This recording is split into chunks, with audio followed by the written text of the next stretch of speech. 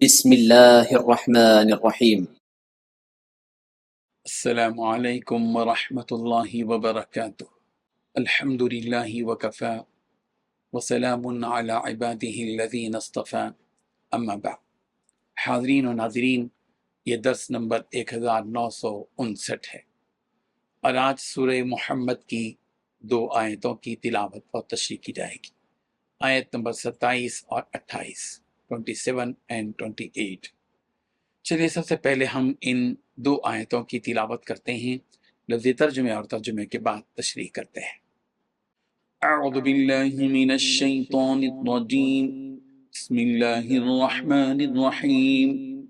فكيف إذا توفتهم الملائكة يضربون وجوههم وأدبارهم ذلك بأنهم اتبعوا ما أسخط الله وكرهوا رضوانه فأحبط أعمالهم صدق اللہ العظیم۔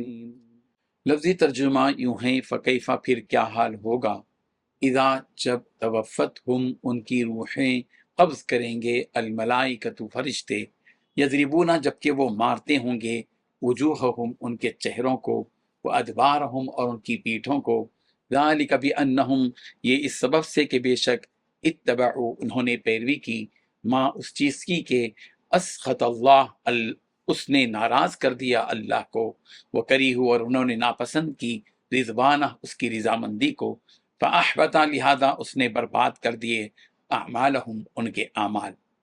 ترجمہ یوں ہے، پھر اس وقت ان کا کیا حال بنے گا جب فرشتے ان کی روح اس طرح قبض کریں گے کہ ان کے چہروں پر اور پیٹھوں پر مارتے جاتے ہوں گے، یہ سب اس لیے کہ یہ اس طریقے پر چلے جس نے اللہ کو ناراض کیا اور اس کی رضامندی حاصل کرنے کو خود انہوں نے ناپسند کیا، اس لیے اللہ نے ان کے اعمال اکارت کر دیے۔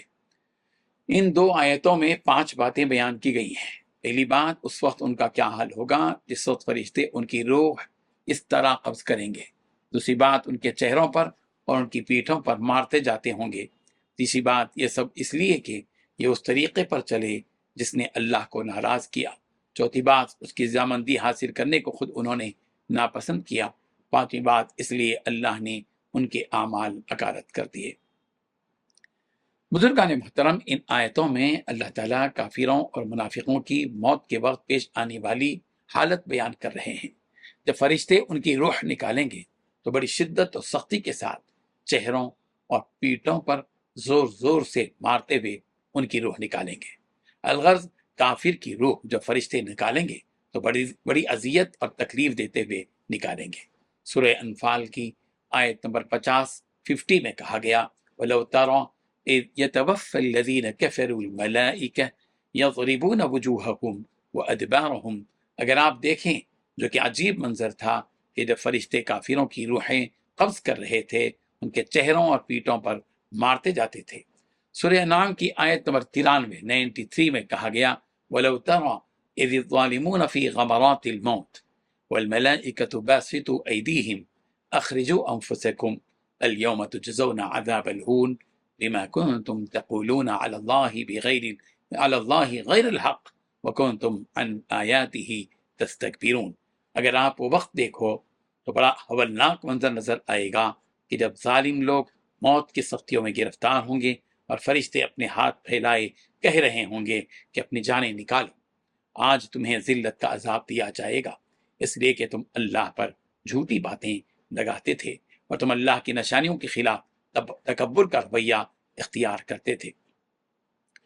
حضرت ابو ہریرہ رضی اللہ عنہ سے مروی ہے کہ نبی رحمت صلی اللہ علیہ وسلم نے فرمایا کہ جب مومن کی موت کا وقت آتا ہے تو رحمت کے فرشتے سفید ریشمی کپڑا لے کر آتے ہیں اور کہتے ہیں کہ اے روح نکل، اس حال میں کہ تو اللہ سے راضی ہے اور اللہ تجھ سے راضی ہے۔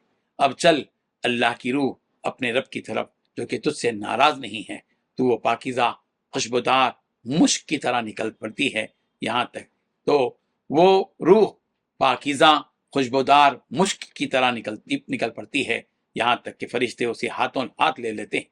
پھر جب ان کا گزر آسمان کے دروازے کے پاس سے ہوتا ہے تو فرشتے کہتے ہیں کہ کیا ہی پاکیزہ روح ہے